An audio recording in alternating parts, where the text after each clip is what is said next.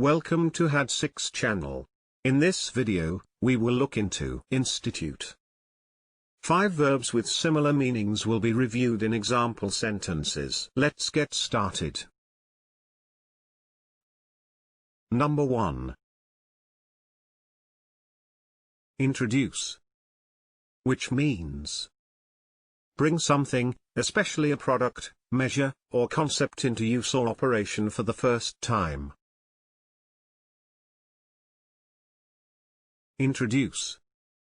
For example, you can introduce new ideas. Number 2. Install. Which means place someone in a new position of authority, especially with ceremony. Install. For example, the National Congress installed a new president. Number 3. Inaugurate. Which means begin or introduce a system, policy, or period. Inaugurate. For example, he inaugurated a new policy of trade and exploration. Number 4. Create. Which means bring something into existence.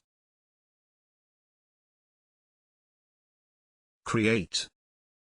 For example, he created a 30-acre lake. Number 5. Initiate. Which means cause a process or action to begin. Initiate. For example, the government has initiated an extensive program. If you have better examples in mind, please share them in the comment section below. Also, please don't forget to hit the like button and subscribe.